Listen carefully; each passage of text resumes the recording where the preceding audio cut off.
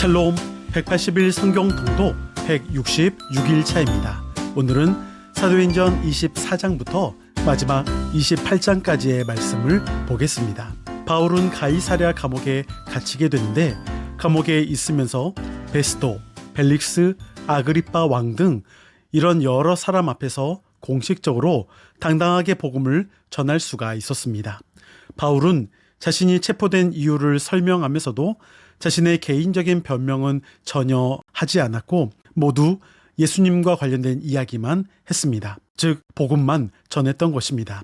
나중에 바울이 남긴 글을 보면 나는 매이나 하나님 말씀은 매이지 아니하다라고 고백합니다. 또한 바울은 그렇게 갇혀있는 시간을 통해 그동안 받았던 계시와 말씀을 정리할 수가 있었습니다. 가이사랴에 2년간 갇혀있던 바울은 로마 황제 가이사에게 재판을 받겠다라고 말합니다. 그렇게 바울은 비록 죄수의 몸으로 호송되고 재판을 받아야만 했지만 그 모든 것을 감수하고 로마로 향합니다. 바울이 로마로 압송되는 도중에 그를 태웠던 배가 큰 풍랑을 만나 파선하게 됩니다. 바울이 복음을 위한 삶을 살면서 어떤 위험들을 당했는지 보여주는 장면이라 할 수 있습니다. 복음을 위하여 죄인의 신분을 스스로 선택한 바울과 그를 사용하시는 하나님의 모습을 함께 볼 수가 있습니다. 하나님께서는 풍랑을 만나는 사건을 통해 바울을 높여주십니다. 바울을 높여준다는 것은 곧 하나님께서 왕 되시며 그 어떤 것보다 진정한 시인이라는 사실을 보여주는 사건이라 할 수 있습니다. 죄인의 신분으로 압송되어 배를 탔을 때는 선장과 로마의 병사들이 주도적으로 이끌어 갔었지만 풍랑을 맞고 배가 파손되는 상황에서는 다들 어찌할 줄 몰라 하는 그때야말로 바울이 선장처럼 배의 상황을 주도적으로 이끌어가게 됩니다. 또한 섬에 도착한 바울 일행은 주민들을 통해 신으로 대접받게 됩니다.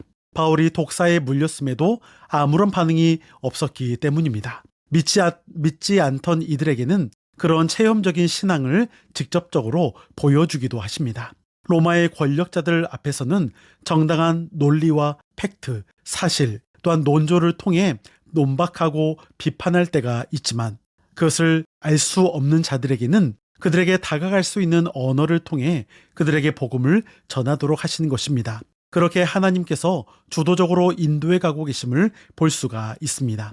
바울은 예수 그리스도의 복음을 위해 자유인으로서의 권리를 포기했습니다. 하나님께서는 그런 바울에게 자유롭게 복음을 전할 수 있는 길을 열어주십니다.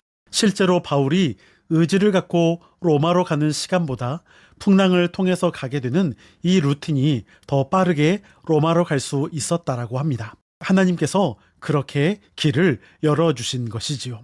바울은 전적으로 하나님만 의지했고 마침내 로마에 도착했을 때 그를 맞으러 나온 그리스도인들을 보면서 다시 한번 바울은 하나님의 위로를 느낄 수 있었고 담대한 마음을 얻게 되었습니다. 바울은 신문을 당할 때마다 담대히 복음을 전했습니다. 자신을 변호하는 이야기는 전혀 없었습니다.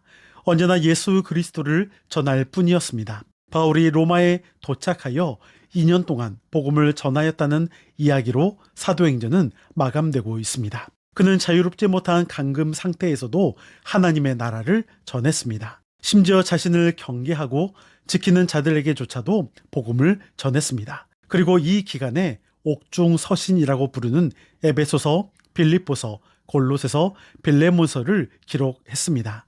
누가는 바울의 마지막을 기록하지는 않았습니다. 누가가 사도행전을 통해 기록하고자 했던 것은 바울이라는 위대한 사도의 삶이 아니라 그가 살아낸 소명받은 자의 삶이었고 또한 성령님을 통한 교회의 역사가 어떻게 흘러가는지를 보여주기 위함이었습니다. 흔히들 이런 말이 있죠. 사도행전 28장은 마무리되었지만 우리를 통해 또한 이 땅의 교회를 통해 사도행전 29장이 여전히 기록되고 있다는 말이 있습니다.